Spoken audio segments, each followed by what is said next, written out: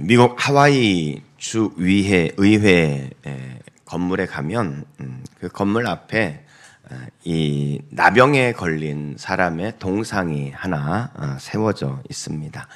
얼굴에 이렇게 나병 환자의 그 모습으로 그려져 있는데, 이 동상의 주인공은 바로 이 벨기에 출신의 다미엔이라는 선교사님입니다.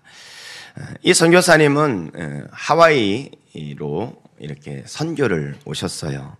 특별히 하와이 몰로카이 섬에 이 격리되어져 있는 나병 환자들을 이제 섬기게 되어지는데, 33살에 다미엔 선교사님은 700명이 넘는 이 나환자들의 집을 지어주고, 그리고 그들의 환부를 씻어주고, 붕대를 갈아주고, 매일 죽어가는 사람들, 그들의 관을 만들어서 그들을 장례를 치러주는 아주 헌신적으로 그들을 섬겼습니다.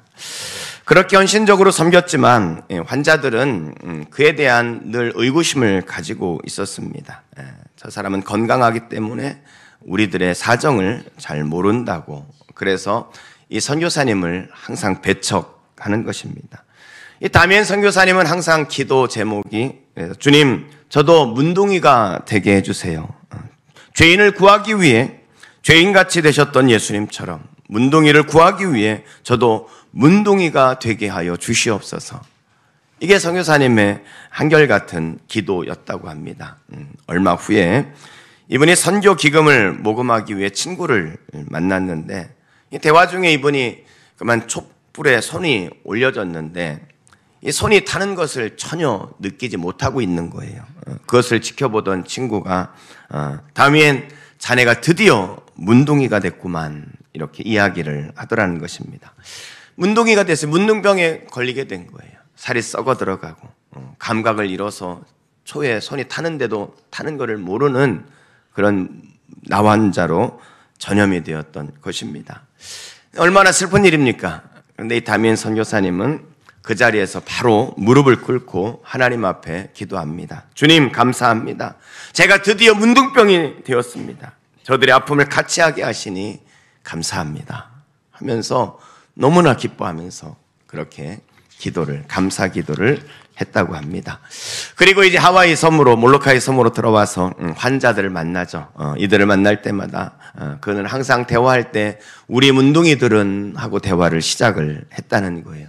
우리 문둥이들은, 선교사님이 문둥병에 걸렸다는 것을 알게 되어지고 이들의 마음이 움직이기 시작하는 것이죠. 그러면서 선교사님의 사랑을 받아들이기 시작했습니다. 이 선교사님 감각이 점점 무뎌지고 눈썹이 다 빠지고 손가락 마디가 하나씩 잘려나가면서 다미엔 선교사님은, 여러분, 주님은 문둥병에 걸린 우리를 사랑합니다 하면서 복음을 전하기 시작했고, 이 사랑에 감동이 된 이 몰로카이 섬에 있는 800명의 환자들이 3년 만에 구원받는 역사가 일어났다고 합니다. 이렇게 그분은 5년 동안 이 몰로카이 섬에서 사역을 하시다 49세의 나이로 하나님의 부르심을 받았는데, 이분이 돌아가셨을 때 그 섬에 있는 모든 이 나병 환자들이 아버지가 돌아가신 것처럼 그렇게 통곡하면서 울었다고 합니다. 그는 죽으면서 마지막으로 이렇게 기도를 하며 부탁을 했다 그래요. 주님, 이 한평생을 주님을 위해 바치고 사는 삶 참으로 행복했습니다. 주를 위해 살아온 삶 참으로 행복했습니다. 그리고는 주변에 있는 환자들에게 이렇게 부탁을 했다 그래요. 형제들이여, 내가 죽거든 내가 새벽마다 엎드려 기도하던 그 해변에 파푸아 나무 그늘 밑에 나를 묻어주시오. 그리고는 그분이 그들 곁을 떠났다고 합니다. 여러분, 이런 놀라운 사랑, 이 사랑을 기리기 위해서 하와이 주 정부에서 그 의사당 앞에 이 동상을 세웠고요. 그리고 미국 국회의사당 안에도 같은 동상이 세워지게 되었다는 것입니다. 여러분, 이 다미엔 선교사님이 이런 삶을 살게 된 동기가 무엇일까요? 무엇이 그의 삶을 다 드리고 오히려 문득 나환자가 된 것을 감사하며 기도하고 그런 사랑을 실천하며 살게 하셨을까? 그것은 바로 오늘 본문에 나타난 이 성육신의 사랑 때문입니다. 죄인을 구하기 위해 죄인이 되셨던 예수님처럼 그렇게 되기를 원하셨던 이 다미엔 선교사님의 이 사랑, 그것이 바로 성육신의 사랑이라는 것입니다. 오늘 본문 14절을 보게 되어지면은 이렇게 말씀합니다. 자녀들은 혈과 육에 속하였음에, 자녀들은, 우리 인간은 혈과 육에 속해 있다는 거죠. 우리는 몸을 쓰고 있지 않습니까? 혈과 육에 속하였음에, 그도 또한, 여기서 그는 누구겠습니까? 예수 그리스도를 말씀하는 것이죠. 예수님도 또한 같은 모양으로 혈과 육을 함께 지니셨다, 이렇게 말씀해요. 예수님은 하나님이시란 말이죠. 근데 하나님이신 예수님이 우리 인간과 같이 똑같은 몸을 쓰고 이 땅에 오셨다, 이 말씀이죠. 이것을 신학적 용어로 성육신이라고 표현하고요. 영어로는 여러분이 많이 들어보신 incarnation이라는 단어를 사용합니다. incarnation. 하나님이신 그분이 우리와 똑같은 육신의 몸을 쓰고 이 땅에 오신 사건, 그것을 성육신이라 하죠. 그래서 그것을 기념하는 절기가 바로 성탄절인 것입니다. 그래서 여러분, 성탄절은 성육신의 사랑을 기념하는 절기라고 말할 수 있습니다. 오늘 본문 14절에서 성육신에 대해서 소개를 했죠. 그리고 나서 이 본문에서는 성육신이 우리에게 가져다준 축복이 무엇인지 그것을 열게 해주고 있습니다. 여러분, 이 다미엔 선교사님의 성육신적 사랑이 나환자들에게 엄청난 축복이 되었다면 하나님이신 예수님의 성육신은 오늘 우리에게 얼마나 큰 축복이 되겠습니까? 그래서 오늘 성탄의 계절을 맞이하여 본문을 통해서 성육신으로 우리에게 주어진 축복이 무엇인지 그것을 함께 살펴보도록 하겠습니다.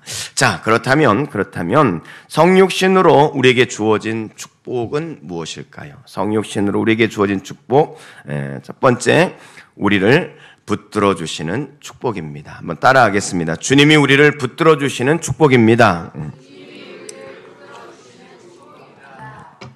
16절 말씀을 계속해서 보게 되어지면, 이는 확실히 천사들을 붙들어 주심이 아니요, 주님이 성육신 하시는 것은 천사들을 붙들려고 한 것이 아니라 오직 아브라함의 자손을 붙들어 주려 하심이라.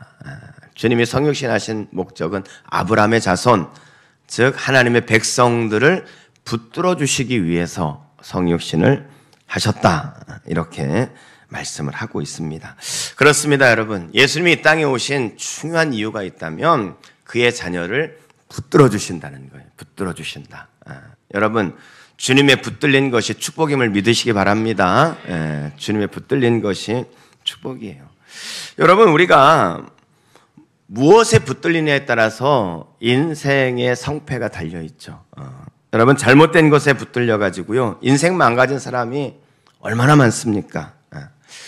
이런 1996년 개봉한 이 탐 크루즈가 주연한 영화 중에 제리 맥과이어라는 영화, 여러분 보신 분 있으시죠? 제리 맥과이어가 나는 영화인데, 이때 아카데미 나무조연상도 받았고요, 무비 어워드의 최고의 남자 연기상을 휩쓸면서 흥행을 일으킨 영화인데, 1997년도에 우리나라에도 이렇게 개봉이 되어져서 우리나라에서 흥행했던 영화입니다. 이게 1996년도에 나온 영화거든요. 그런데 2012년도에 이 제리 맥과이어가 몰락했다라는 기사가 나온 거예요. 1996년도에 개봉한 영화예요. 그런데 2012년 제리 맥과이어가 몰락했다, 이런 기사가 났습니다. 무슨 내용이냐면, 이 영화의 주인공, 이 실제 인물이 미식축구 거물급 에이전트인 리 스타인버그라는 사람이 이 영화의 주인공인데, 이 주인공이었던 이 리 스타인버그가 도망자 신세가 되었다는 거예요. 그래서 그를 소재로 했던 영화가 몰락했다 제목으로 기사가 나왔던 것이죠.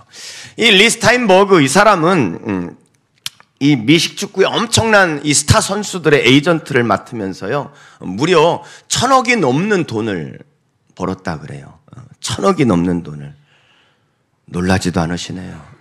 1,000억 정도야 뭐 그냥 에이전트가 1,000억이 넘는 돈을 번 거예요. 그러면서 이 대중의 영웅으로 이렇게 여겨졌던 인물이죠. 뭐 영화가 그냥 나왔겠습니까? 영화의 소재가 그냥 되지는 않았던 거죠. 근데 이 사람이 2012년 1월에 1,000억이 넘는 돈을 번 사람인데 그 돈을 다 날리고 파산하게 된 것입니다. 그리고 아내에게 이혼을 당하게 되어지고 아무도 도와줄 사람이 없어서 빈털터리로 그리고 경찰을 피해 도망다니는 도망자의 신세가 되었다는 것입니다. 여러분, 이 사람이 왜 이 지경이 됐을까요? 한때 국민적 영웅으로 칭송을 받았던 사람인데 왜 이 사람이 갑자기 이렇게 인생이 몰락했을까? 이유는 알코올 중독 때문이었습니다. 이 보드카를 아주 독한 이 술을 아침부터 저녁까지 마셨다는 거예요. 처음엔 자기가 술을 마셨지만 이 시간이 지나면서 술에 붙잡혀진 중독의 사슬에 매이게 되어지니까 그의 인생이 하루아침에 그렇게 몰락을 하게 되었다는 것이죠. 여러분, 우리 인생이요, 무엇에 붙잡혀 사느냐, 이게 참 중요한 것입니다. 술에 붙잡히면 알코올 중독이 되죠.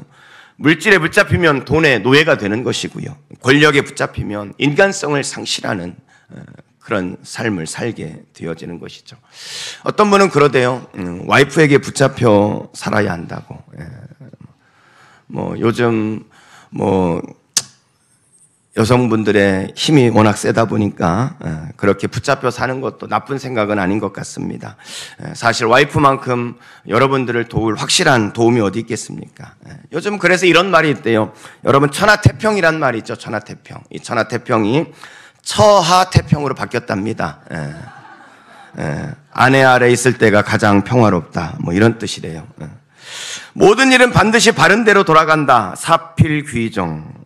이 말이 사필귀처로 변했다고 합니다. 모든 일은 결국 와이프의 뜻대로 이루어진다. 심지어 사람이 할 수 있는 일을 다한 후에 하늘의 뜻을 기다린다. 뭐죠? 진인사 대천명. 이것이 진인사 대처명으로 바뀌었다 그래요.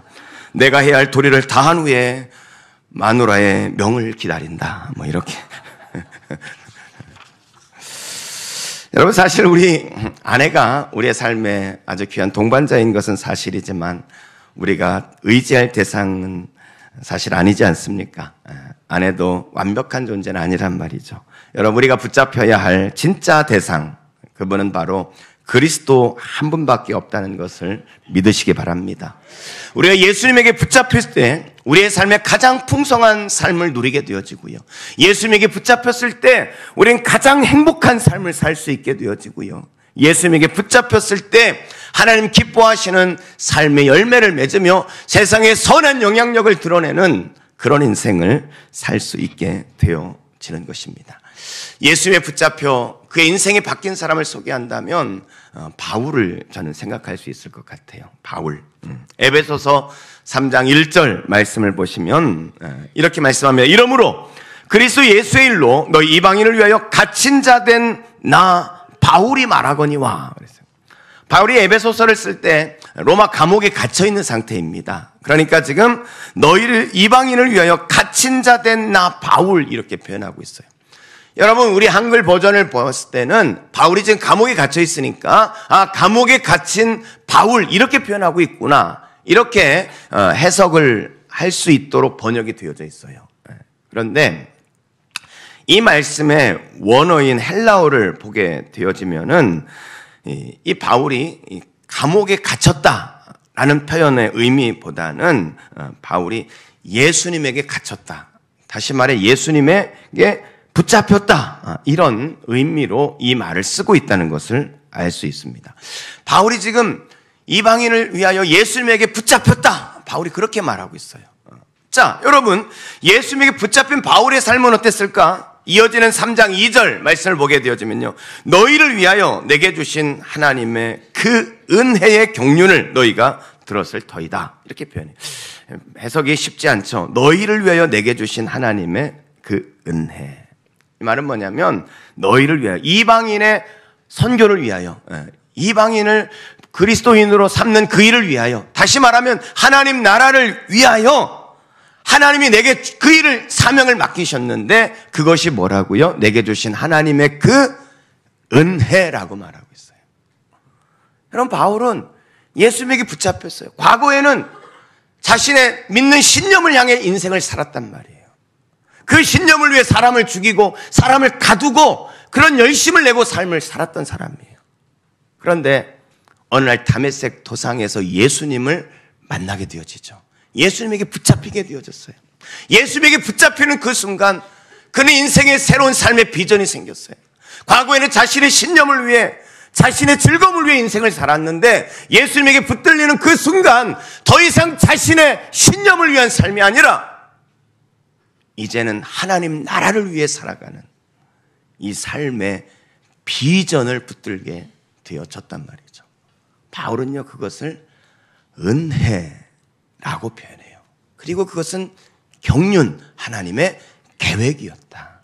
하나님의 계획 속에 하나님의 붙들렸고, 그리고 그래서 내가 이방인의 복음을 위해 사는, 하나님 나라를 위해 사는 그런 사명을 갖게 되어졌고, 그것이 내게 은혜라고 그렇게 표현하고 있어요.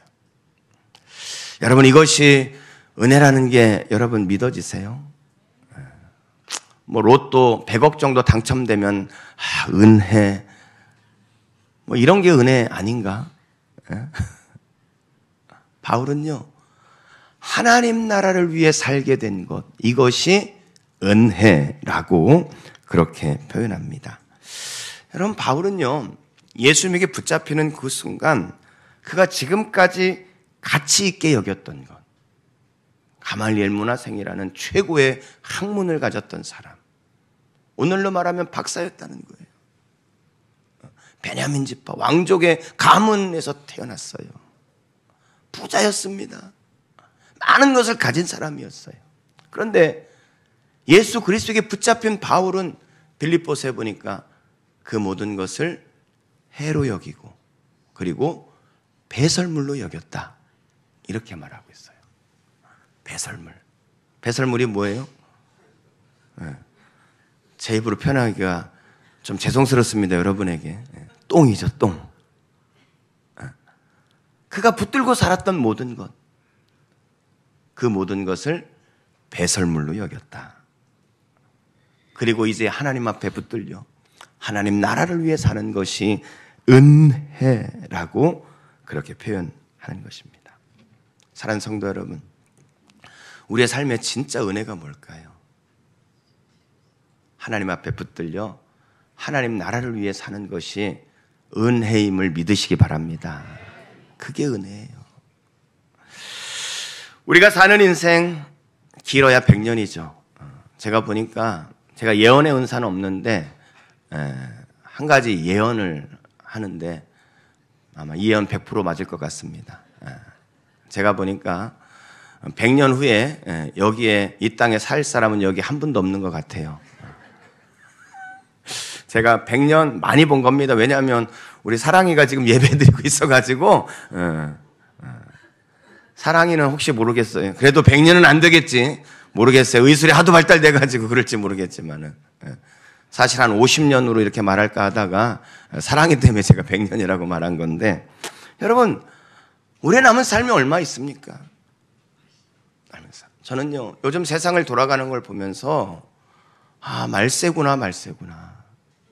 성경이 말한 마지막이 정말 가까웠구나 하는 것을 지울 수가 없어요. 지울 수가. 여러분, 기후변화 아시죠? 여러분, 다니엘서 보면 지식이 빨라질 것이다, 지식이 많아질 것이다, 이런 표현이 있거든요. 여러분, 얼마나 빠르게 지식이 지금 발전하고 있습니까? 하루에 지식이 몇 배씩 이렇게 증가한다는 거예요. 제가 지난 저녁 예배 때도 한번 말씀을 드렸는데, 제가 요즘 챗 GTP를 이제 쓰는데, 그거에 대해서 공부를 하려고 하다 보니까 유튜브에 이렇게 이제 그거에 대해서 찾아봤어요. 근데 챗 GTP, 이게 이제 그 개발하는 사람들이 이제 말하자면 시뮬레이션을 한 거예요. 대화를 한 거죠. 핵전쟁에 대한 대화를 이렇게 나누게 되어지는데, 이 사람이 명령을 내려서 AI가 이걸 쏘는 건데, 그런데 대화를 나누다 보니까 이 AI가 그게 마음에 안 드는 거예요. 자기의 뜻하고 맞지 않는 거예요. 그래가지고 어떻게 하겠냐 했더니 명령을 내린 명령권자를 죽이고 핵을 발사하겠다. 이렇게 했다는 거예요. 그러면서 그분이 그것에 대해서 이야기를 하면서 심각한 위기가 우리에게 찾아올 수 있다. 이거를 개발하는 사람이에요. 심각한 위기가 찾아올 수 있다는 거예요. 여러분 터미네이터, 기계인간, 그들의 이야기가 뭔 이야기가 아니에요. 기계가 지금 로봇이 얼마나 빠르게 발전하고 있습니까? 거기에 AI까지 된다면 로봇 인간 터미네이터가 멀지 않은 세상에 나타나지 않겠나? 모르겠어요. 제가 너무 막 신앙적으로 종말에 대한 생각을 해서 그렇게 보이는지 모르겠는데 얼마 남지 않은 것 같아요. 여러분 얼마 남지 않은 인생을 살아가는데 여러분 무엇을 위해서 그렇게 살겠습니까? 세상에 잠시 있는 이 세상의 것들 붙들고 살다가 주님 앞에 간다면 여러분 우리 어떻게 되겠습니까? 여러분 하나님은요 오늘 우리에게 주어진 인생 가운데 하나님 나라를 위해 살아갈 수 있는 특권을 우리에게 주셨어요. 이 특권, 이것이 바로 은혜라고 바울은 그렇게 말씀하고 있는 것입니다. 여러분의 인생은 무엇을 위해 살아갑니까? 주님의 붙들려 하나님 나라를 위해 살아가는 이 축복을 누리시기를 주의 이름으로 축원합니다. 지난주 우리 윤수환 선교사님 말씀을 통해서 우리 성도들이 굉장히 많이 도전이 되셨던 것 같아요. 잘 나가는 예술인이었고 선생님이셨어요. 우리 형부인 강장로님 말씀에 의하면 대기업 임원이었던 장로님보다 선교사님이 수입이 훨씬 높았대요. 아주 잘 나가던 이 선교사님. 여러분 그날 들으셨잖아요. 세상 것들을 많이 가졌지만 늘 마음에 공허하고 그리고 살아야 할 진정한 의미를 발견하지 못한 채 어두운 삶을 살았다 이렇게 표현하지 않습니까? 그런데 예수님을 만나고 나서 바울처럼 자신이 성취한 세상의 것들을 배설물로 여기고 해로운 것으로 여기고 아프리카 케냐에 하나님 나라를 세우기 위해서 그것을 위해 살고 그리고 그런 삶의 기쁨을 누리고 있다 이렇게 표현을 하셨잖아요. 여러분 왜 이 간증이 이렇게 도전이 되었을까요? 세상적인 의미로 보게 되어진다면 윤수환 선교사님은 인생 다 망친 사람입니다. 그렇지 않아요? 세상적인 기준으로 가치관으로 보게 되어진다면 인생 죄송해요 쫑났어요. 그분은 끝난 겁니다. 그렇지 않아요? 모든 걸 다 버리고 다 내려놓고 제가 사시는 걸 다 봤잖아요. 근데 왜 그게 우리에게 도전이 되었을까? 왜 도전이 됐을까? 우리 모두에게 다 공감되어지는 게 있기 때문이죠.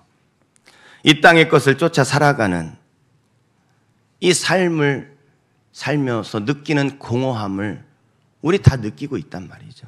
우리도 다 알고 있는 거예요. 더 많은 물질을 가지려고 하고 세상에 더 많은 것을 가지려고 하고 죄의 쾌락을 따라서 살아가는 삶의 이 마음의 공허함을 선교사님이 가졌던 그 공허함을 우리도 다 알고 있기 때문에 그래서 그것을 버리고 내 삶의 방향을 바꿔야 한다는 것을 알고 있어요. 그런데 쉽지 않거든요. 쉽지 않죠. 그런데 그분이 사시는 거야. 그게 너무나 우리에게 도전이 되어지고 공감이 되어지는 것이죠. 무엇보다도 그렇게 사는 것이 축복임을 알아요. 그런데 여전히 세상을 향해서 살아가고 있는 그것이 공허함을 알면서도 그렇게 살고 있는 우리 자신을 보면서 또 그렇게 사는 그분이 모습이 우리에게 도전이 되는 거 아니겠습니까? 여러분, 그렇다고 여러분들 다 짐 싸고 케냐 가라는 말씀은 아닙니다. 그런 말씀은 아니에요. 어떤 사람은 그런 부르심을 받았어요. 우리 윤 선교사님은 아프리카 케냐 선교사로서의 부르심을 받았어요. 저는 목사로 한 교회를 섬기는 목사로 그렇게 부르심을 받았습니다. 여러분, 선교사와 목사로 살아야만 하나님 나라를 위해 사는 것일까요? 그렇지 않죠. 그렇지 않습니다. 우리가 하나님 나라를 위해 살아가는 삶, 여러분은 여러분의 가정에, 여러분의 직장 속에서, 여러분이 살아가는 삶의 현장, 그곳에서 하나님의 나라를 위해 살아가야 할 그 사명을 하나님이 주셨다는 거예요. 여러분, 이것을 순종해내 살아가는 삶, 이것이 예수에게 붙잡힌 삶이고, 그렇게 살아가는 삶이 우리에게 축복이라는 것입니다. 여러분 각자에게 하나님 주신 하나님 나라를 위한 삶이 분명히 있어요. 우리가 그것에 대하여 기도하고, 그것이 무엇일까 모른다면 기도하며 찾아야 되고, 안다면 그것을 위해 살아가는 것, 이것이 예수에게 붙들린 삶이다. 케냐 선교사처럼 거창한 것이 아니라도 내 삶의 자리에 하나님이 부르신 하나님 나라를 위한 삶, 그것이 무엇인지 그것을 알고, 그래서 나는 내 가정에 보내진 평신도 선교사다, 내가 속한 직장에 보내진 평신도 선교사다, 이 선교적 사명을 가지고 살아가는 삶, 그것이 우리가 볼 땐 작은 일처럼 생각되어질 수 있어요. 제가 어제도 누군가와 이야기를 나누다가 윤 선교사님 이야기하면서 그분을 생각하면 저는 2등 그리스도인 같다, 솔직히 제 마음에 그런 생각이 들어요. 아마 여러분들도 그런 생각이 들 거예요. 그런데 여러분, 하나님 앞에는 성공이 아닌 충성이 중요하다는 것을 제가 수도 없이 말씀을 드리지 않았습니까? 크고 작은 일, 그것의 중함이 아니라 내가 그 일에 얼마나 충성하고 살아가는가, 이것이 중요하단 말이죠. 그것이 예수님께 붙잡힌 삶이라면 그렇게 사는 삶은 진짜 행복한 삶이 되는 것이고 하나님께 칭찬받는 그런 삶이 되어지는 것입니다. 여러분, 그렇게 살 때 하나님께서 우리의 삶에 이 모든 것을 더해 주시는 거예요. 이게 그리스도인의 삶의 원리예요. 먼저 그의 나라와 그의 의를 구하라, 그리하면 이 모든 것을 너희에게 더하시는 거예요. 여러분, 오늘 우리의 삶의 우선순위가 어디에 있습니까? 저는 성육신하신 예수 그리스도, 하늘 보좌를 버리고 이 땅에 우리를 구원하기 위해 성육신하신 예수님의 그 사랑을 입은 사람이라면 오늘 이 성탄의 계절에 우리의 삶에 이 사명을 다시 한번 돌아보는 삶이 되어야 될 줄로 믿습니다. 우리가 그렇게 살 때 우리의 삶이 정말 행복한 삶, 진짜 기쁨의 삶, 선한 영향력을 나타내는 열매 맺는 인생이 되어지는 것입니다. 믿으십니까? 그렇게 산 분을 한 분 소개하고 오늘 말씀을 마치려고 그래요. 우리 침례교단에 지금 해외 선교회 회장이 주민호 선교사님입니다. 주민호 선교사님. 그분은 외고대를 졸업하시고 이제 언어학 박사에서 모교에서 교수로 이렇게 할 수 있는 기회가 있었는데 신학대학원에 가셔가지고 카자흐스탄의 선교사가 되셨어요. 선교사. 이 카자흐에 가가지고 이제 선교를 하면서 교회를 개척하기 위해 건물을 하나 얻었습니다. 건물을 얻고 십자가를 이제 예배당을 이제 걸고 예배를 시작했습니다. 건물을 이렇게 얻을 때는 몰랐는데 이 같은 건물 안에 이 무슬림 사람들의 이 집회 장소가 건물 안에 같이 있었던 거예요. 이 무슬림 이 집회 장소가 있었는데 그걸 모르고 이제 건물을 얻었죠. 했더니 이 무슬림 지도자가 계속 찾아와서 협박을 하는 거예요. 협박을. 얼마나 무서웠겠어요. 이 낯선 나라에 가가지고 여러분 무슬림 하면 또 막 우리가 가지고 있는 이미지가 막 테러를 하고 막 이런 이미지로 사실 그런 게 잘못된 생각인데 그런 이미지가 많이 있잖아요. 그러다 보니까 이분이 너무 무서웠대요. 그런데 어디서 힘이 났는지 이 나가라는 그 협박을 하는 이 지도자 앞에서 이렇게 이야기를 했대요. 나는 그럴 수 없습니다. 왜냐하면 위에서 지시하는 분이 있는데 그분이 가라 해야 갈 수 있습니다. 이렇게 대답을 했다는 거예요. 무슨 의미인지 아시겠죠? 난 그럴 수 없습니다. 왜냐하면 위에서 지시하는 분이 있어서 그분이 가라 해야 내가 가지. 나 그냥 못 갑니다. 이렇게 이제 대답을 했다는 거예요. 그랬더니 이 무슬림 지도자가 그 누구냐? 이렇게 묻더래요. 그래서 내가 지금은 대답할 수 없습니다. 이렇게 대답을 했대요. 지금은 대답할 수 없습니다. 그러면서 계속 이제 협박을 할 때마다 그 협박을 견디면서 이제 이 교회를 이렇게 이끌어 온 거예요. 그런데 어느 날 한국 대사가 연락이 와가지고는 이제 카자흐 대통령을 만나게 되는데 대사가 와서 통역을 좀 해달라고 요청이 들어왔대요.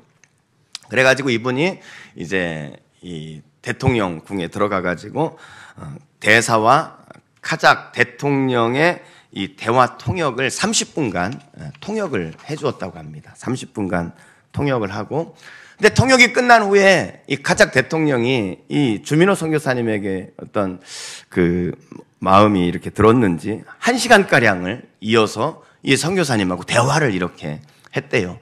그런데 그게 공교롭게도 이게 생방송으로 전국에 이게 방송이 이렇게 되었다는 거예요. 몰랐대요, 선교사님은. 이제 그날 행사를 무사히 잘 마치고 돌아왔는데 다음날 이 무슬림 지도자가 찾아오더래요. 그러더니 네가 말한 윗분이 대통령이냐? 그렇게 묻더라는 거예요. 네가 말한 윗분이 대통령이냐?